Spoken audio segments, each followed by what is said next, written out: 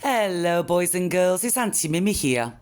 Today our fun book is from Winnie the Pooh and it's called Winnie the Pooh and Tigger Too.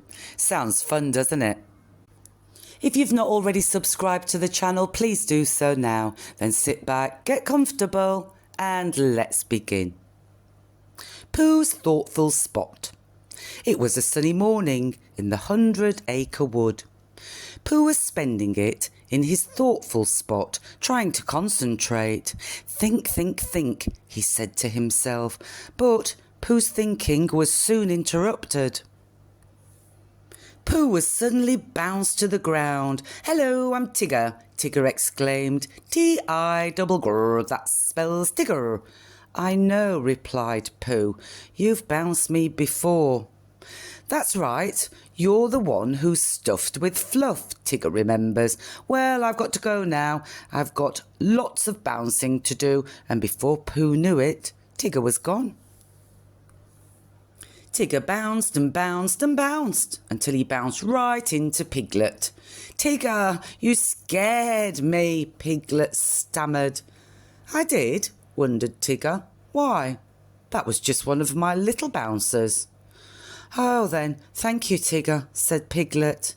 "Yup, I'm saving my best bounce for old Long-Ears," Tigger announced, and off he bounced to see Rabbit.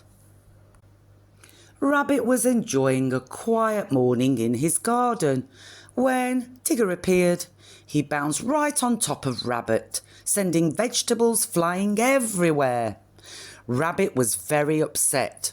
"Why don't you ever stop bouncing?" he asked Tigger. "'Cause that's what Tiggers do best," Tigger said happily.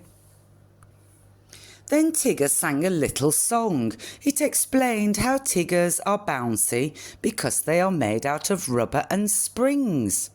Tigger bounced all over Rabbit's garden as he sang, happy to be the only Tigger in the whole world. Then off he bounced, leaving Rabbit's garden in a mess. Later that day, Rabbit told Pooh and Piglet about his plan to unbounce Tigger. "We'll take him on a long explore into the woods," explained Rabbit. "Then we'll lose him there. When we go back for him the next morning, he'll be a sad and sorry Tigger. It will take the bounce right out of him." "That's a splendid idea," said Piglet. But Pooh just snored. He was fast asleep in a soft chair. Piglet woke Pooh up. Then they all agreed to take Tigger on an explore the very next day. It was a cold and misty morning as Pooh, Piglet, Rabbit and Tigger set off into the woods. Tigger bounced on ahead of the others. Finally, Rabbit decided it was time to lose Tigger altogether. Rabbit quickly led the others into a hollow log and told them to hide inside. Tigger soon came bouncing back. "Hello," he called, wondering where his friends had gone. Tigger bounced up on top of the log where Rabbit and Pooh and Piglet were hiding. "Hello," he cried again. No one answered. "That's funny. They must be lost," Tigger said, so he bounced away to find them. As soon as Tigger was out of sight, Rabbit began leading the way home. As they walked, it seemed to Pooh and Piglet that they kept passing the same sand pit, but Rabbit insisted they were not lost. A while later they arrived at the sand pit again. "We keep looking for home, but we keep finding this pit. Maybe if we looked for this pit, we might find home," Pooh suggested. "That makes no sense," said Rabbit. "We're not lost. Wait here, I'll prove it to you." So Pooh and Piglet waited and waited and waited. Pooh's tummy rumbled. At last he said, "Come, Piglet, my honeypots at home are calling to my tummy. I couldn't hear them before because Rabbit was talking." Sure enough, Pooh's tummy led them to home, where Tigger bounced right onto them. Tigger asked Pooh where Rabbit was. Missing in the mist, Pooh answered.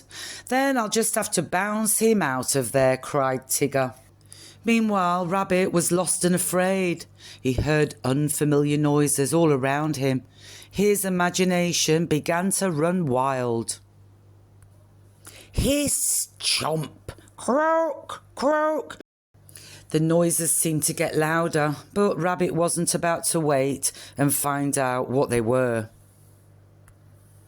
He ran for safety and ran straight into Tigger. Tigger, said Rabbit, you're not lost. Tiggers never get lost. Let's go home, Tigger told Rabbit. Poor Rabbit, his plan to unbounce Tigger had not worked out very well. Tigger was still as bouncy as ever. The next morning, a blanket of snow covered the 100-acre wood. Roo waited anxiously for Tigger. The little kangaroo loved spending time with his bouncy friend. Can Tigger climb trees? Roo asked as they bounced through the snow. That's what Tiggers do best. Only Tiggers don't climb trees. They bounce 'em, Tigger exclaimed. He headed straight for a tall tree and began to bounce up the branches. Tigger and Roo bounced up, up, up. Soon they were at the top of the tree. Roo thought it was great fun. Tigger looked down. How did this tree get so high? He asked in a worried voice. Then he began to shout, Hello! He hoped that someone would hear and come help him. Pooh and Piglet heard Tigger's cries. It's a jagular, said Pooh. They are one of the fiercer animals. But as they got closer, the pair realised it was only Tigger and Roo. Hello, Pooh called. What are you doing up there? I'm all right, but Tigger's stuck, Roo explained cheerfully. Tigger was clinging to the tree trunk for dear life. Get Christopher Robin, he begged. He'll know what to do. Soon Christopher Robin arrived with Rabbit and Kanga. He instructed the others to hold the side of his coat to form a little trampoline for Tigger and Roo to jump onto. Roo jumped first. That was fun, he squealed. Then it was Tigger's turn. Tiggers don't jump, they bounce, he insisted. He was miserable. If I ever get down from here, I promise never to bounce again, he said. I heard that, Tigger, cried Rabbit. Finally, Tigger was convinced to let go. He sailed out of the tree and landed safely among his friends. I'm so happy. I feel like bouncing, he said. But you promised, Rabbit reminded him. You mean I can't bounce ever again? Tigger asked. Never, Rabbit said, pleased to have finally unbounced Tigger. Tigger walked away sad and droopy. I like the old bouncy Tigger best, Roo said. So do I, said Christopher Robin. We all do. Don't you agree, Rabbit? Asked Kanga. Oh, all right, Rabbit said reluctantly. I suppose I like the old Tigger better too. Tigger came bouncing back. He was so happy to have his bouncers again that he got all his friends to start bouncing too, because as Tigger explained, it makes you feel just great. And even Rabbit had to admit he was right.